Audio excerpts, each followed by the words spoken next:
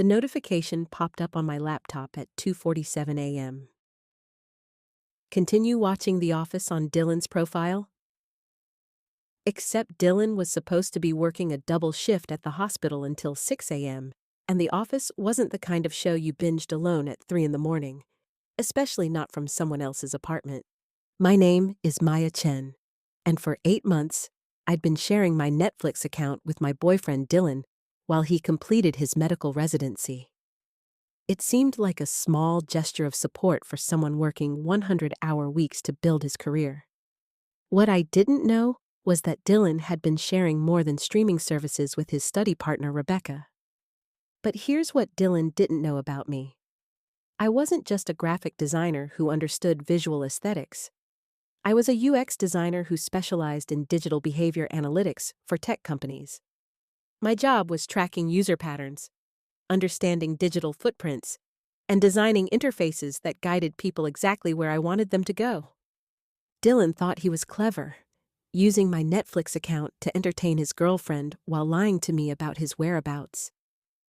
What he'd actually done was provide a digital forensics expert with a real-time dashboard of his infidelity and the perfect platform for demonstrating exactly what happened when you betrayed someone who understood technology better than you ever would.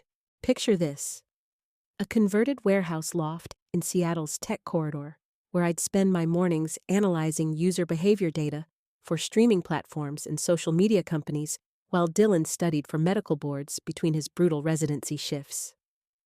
My work at Streamflow Analytics involved understanding exactly how people interacted with digital platforms, what they watched when they watched it, how they navigated interfaces, and what their viewing patterns revealed about their actual behaviors versus their stated preferences. The user engagement data shows clear pattern deviations that suggest account sharing beyond household members, I'd explain to clients. When viewing behaviors don't match established user profiles, it indicates unauthorized access or relationship changes that affect subscription value. If only I'd applied that same analytical rigor to my own Netflix account sooner. Dylan and I had what everyone considered the perfect modern relationship. Successful tech professional and dedicated medical resident, supporting each other through demanding careers while building toward a future together. I'd handle the streaming services and digital subscriptions. He'd focus on saving lives and passing medical boards. "You're amazing for letting me use your Netflix account," Dylan would tell me during our brief conversations between his shifts. "I barely have time to watch anything, but those few minutes of decompression really help with the stress." Decompression. Such an interesting word for what he was actually doing. We'd even started a tradition of synchronized viewing, watching shows together while texting commentary, even when his schedule kept us apart. Dylan would send screenshots of funny moments, I'd respond with memes, and we'd maintain connection despite the demands of his medical training. "Watching Brooklyn Nine-Nine, episode 312, Dylan would text. "Jake's commentary about wedding planning is basically you planning our future Netflix marathons." Except when I checked our viewing history, Dylan's solo viewing sessions included shows he'd claimed to hate, movies he'd said were too girly, and romantic comedies that definitely weren't stress relief for an exhausted medical resident. But here's the thing about being a UX analyst who specializes in digital behavior. You develop instincts about when user patterns don't match stated preferences. When someone's viewing history includes content that contradicts everything you know about their taste, you start applying professional skepticism to personal situations. I started with basic user behavior analysis, applying the same techniques I used for corporate clients. Dylan's viewing patterns showed clear deviations from his established profile, different genres, altered viewing times, and content preferences that suggested either a dramatic personality change or a second user accessing the account. What I discovered wasn't just evidence of account sharing. It was evidence of systematic deception that had been documented in real time through the same platforms I analyzed for a living. Dylan had essentially created a digital diary of his infidelity, And I was the one person with both access and expertise to read it. The beauty of being a user experience analyst is understanding exactly how digital platforms track and store user behavior. Every click, every pause, every search query creates data that reveals patterns invisible to casual users but obvious to someone who understands how to analyze digital footprints. I started with Netflix's viewing history feature, but that was just the surface level. Using developer tools and API access from my professional work, I could see metadata that revealed much more than what shows were watched. I could see viewing patterns, device information, location data, and user interaction behaviors. What I discovered was that Dylan's account usage showed clear evidence of two distinct user patterns. His authenticated sessions matched his medical resident schedule, brief viewing periods between shifts, preference for comedy, and light dramas that provided stress relief. But there was another pattern entirely: extended viewing sessions during times when Dylan was supposedly at the hospital.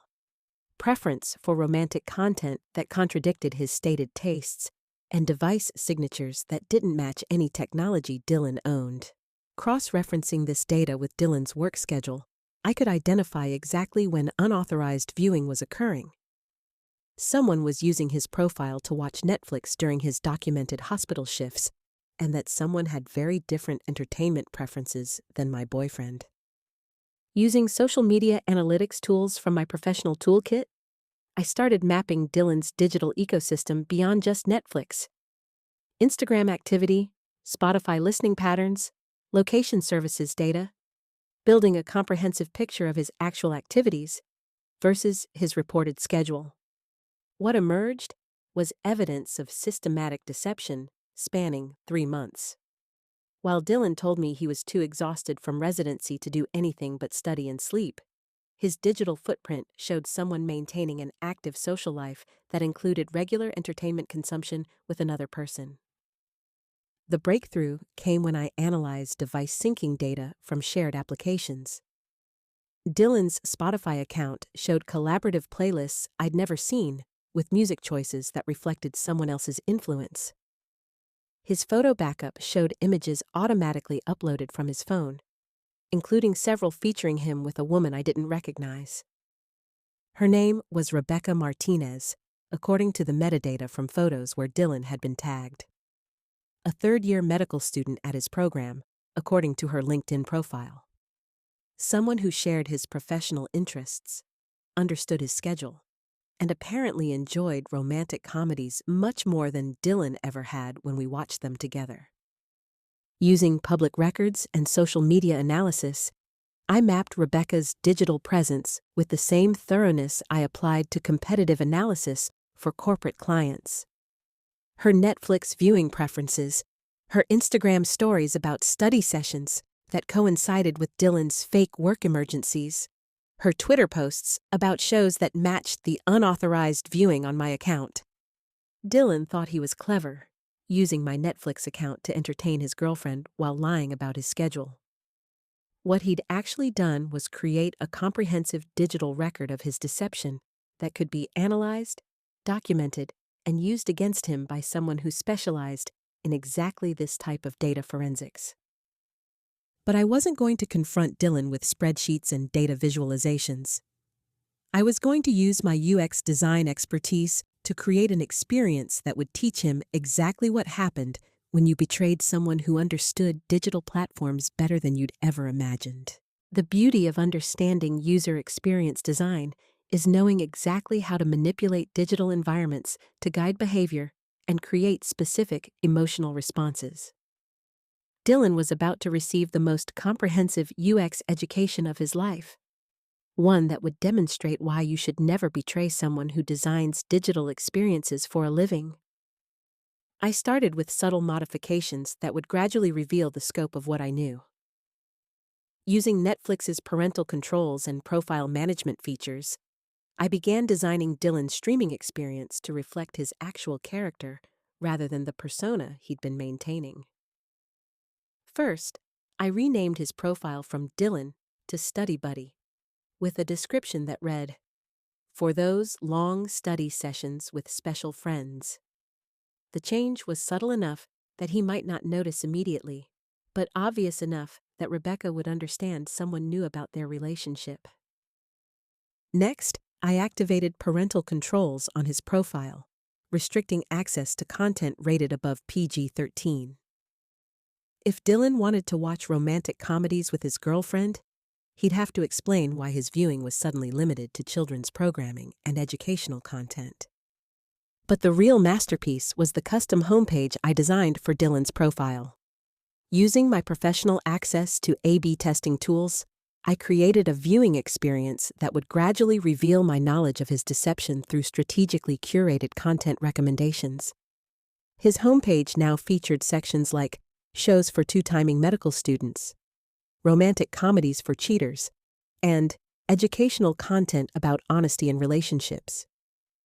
Each recommendation was accompanied by custom descriptions that referenced specific shows he'd watched with Rebecca.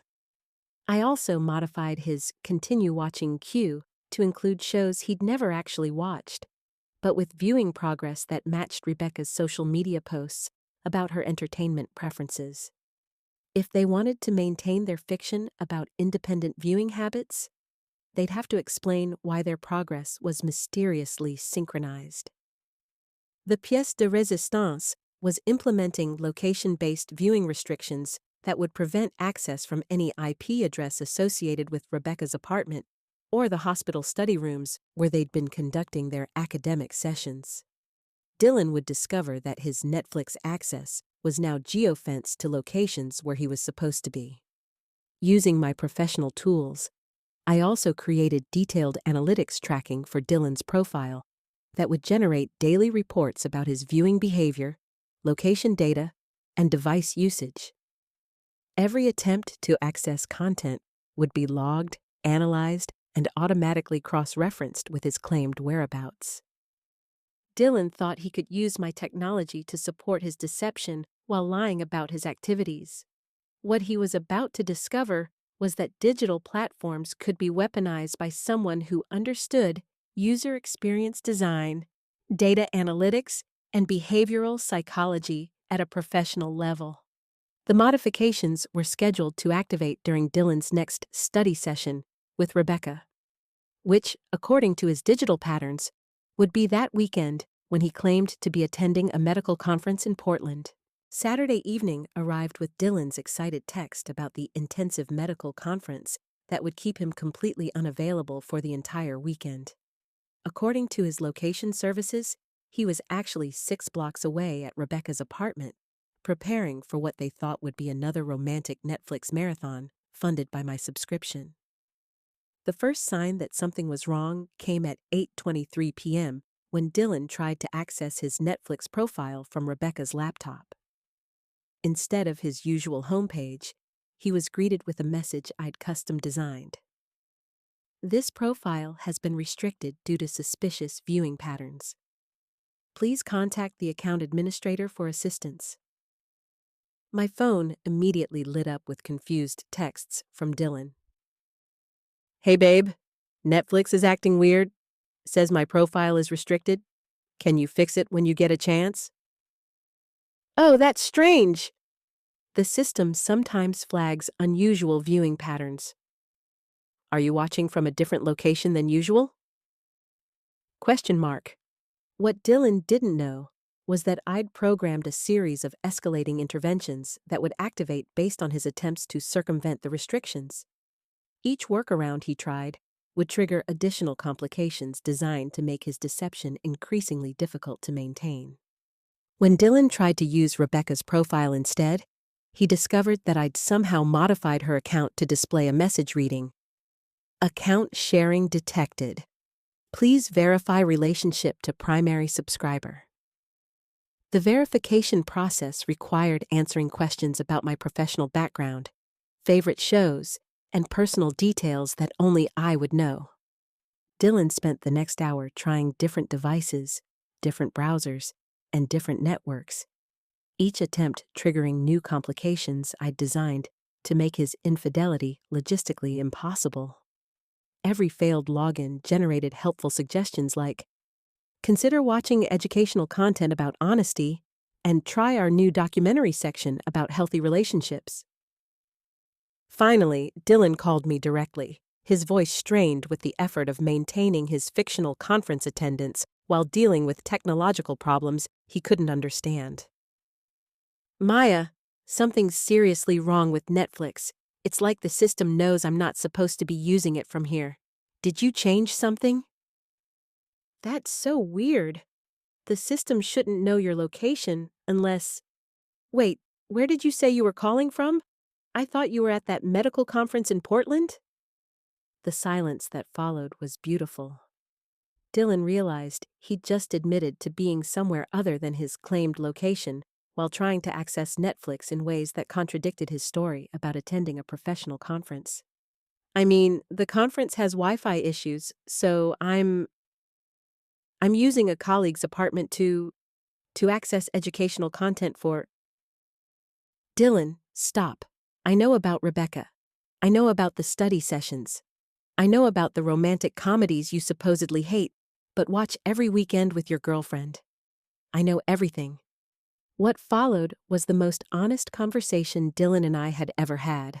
One where he finally admitted to months of deception while simultaneously discovering that his girlfriend was a technology professional who'd been documenting his betrayal through the same platforms he'd used to facilitate it. The Netflix restrictions are permanent, Dylan. Consider them a graduation gift from someone who designs user experiences for a living. You've just learned what happens when you try to deceive someone who understands technology better than you'll ever comprehend.